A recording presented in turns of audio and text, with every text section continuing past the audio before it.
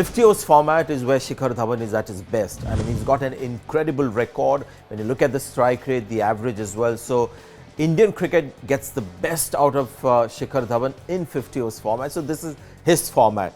But this is England, so it's not something that is, the conditions are not ideal, and he's lost his place a few times when he's played in test matches in England because of that problem where the ball does a bit. But this is 50 overs cricket, and this is wide ball, and this is where the fielding side is a bit on the defensive. There won't be 3 slips and a gully to take catches. And one thing that we've seen with Shikhar Dhawan in the last, I think 4 or 5 years, is that he started playing the ball very close to his body. Unlike earlier, he used to go at the ball and would be vulnerable, to getting caught at gully or points. So he plays the ball close to his body. He sets high goals for himself in 50 overs cricket as opposed to T20 cricket.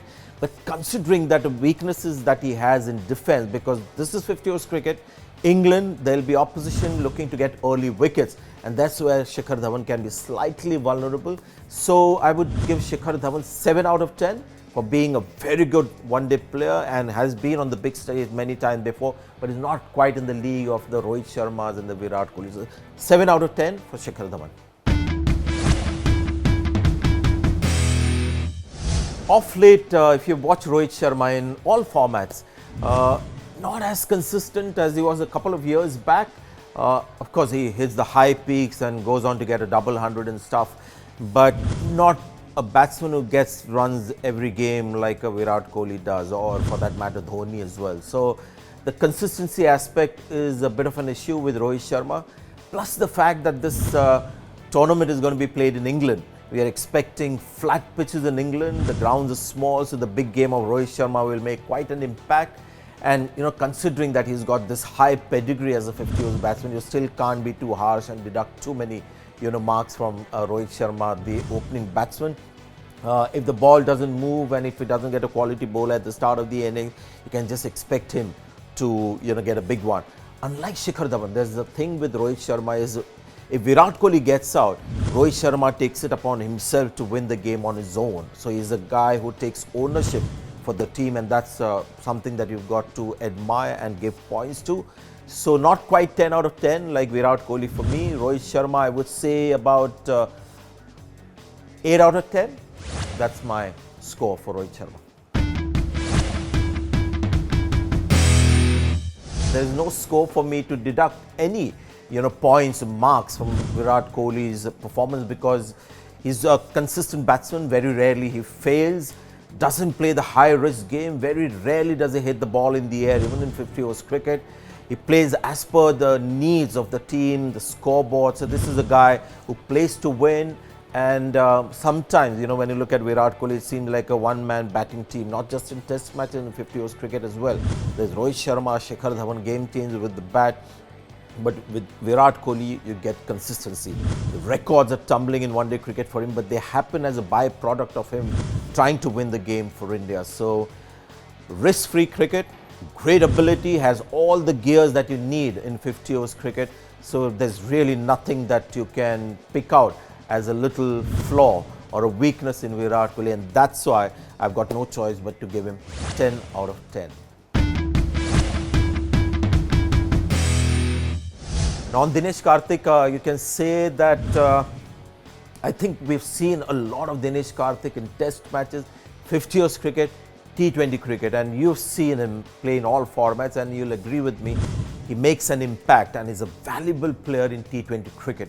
Because suddenly in the last 3-4 years, we've discovered the big game that Dinesh Karthik has, and his great strength is striking the ball from ball number 1 that he faces. Hardik Pandya and Dinesh Karthik in this Indian team have that ability. So down the order at number 6, and if you've got 7-8 overs to play with, he's the ideal sort of game changer down at number 6 and 7. But how many times in 50 overs cricket do you have that kind of scenario? In T20 cricket, maybe more.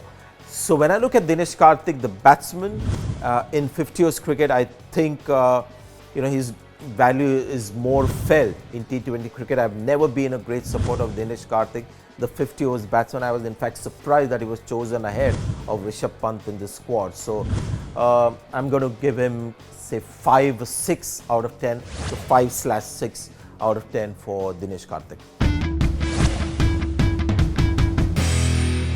this character or this figure or this icon or whatever you can call him is not at the peak of his career.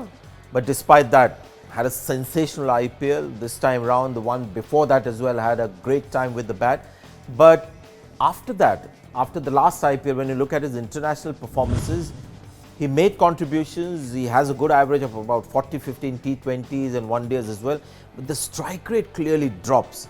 In IPL cricket, his strike rate is quite high. And I believe that when it comes to IPL, he plays a lot more freely. He takes more risks in IPL. International cricket, he plays a little more responsibly. He feels like he's got to be the man taking India through. But he doesn't quite have the batting that he had, say, 5 or 10 years back. And also the bowlers bowl differently to him now. Let's not get too carried away by the explosion that we saw from Dhoni with the bat in the IPL. Because in IPL, when you have 5 bowlers bowling to you, not everyone is international standard.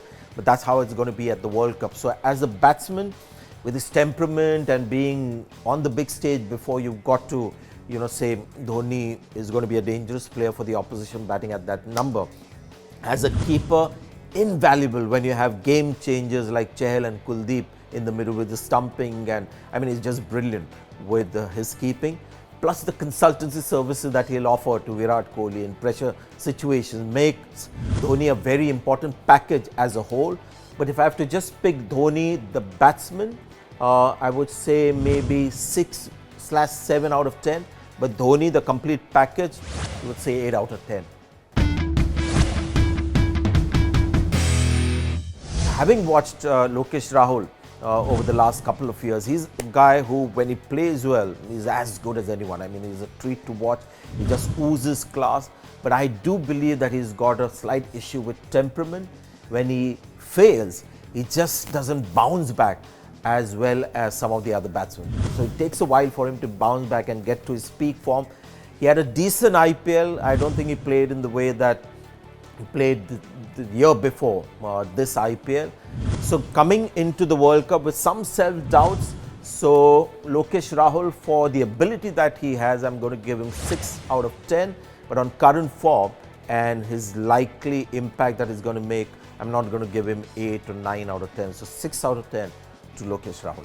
So this was just my assessment, having watched them, some kind of an intuition as well, some instincts going into rating these players. But I'm sure there'll be a lot of you guys listening to this, watching this, thinking differently. So I'd love to hear, what kind of rating you would have and what would your report card be of all the players that I just rated on my report card. This is mine. I'd love to see yours as well. Don't forget to like, share, subscribe, and leave your comments in the comment section below. Click on the bell icon for notifications.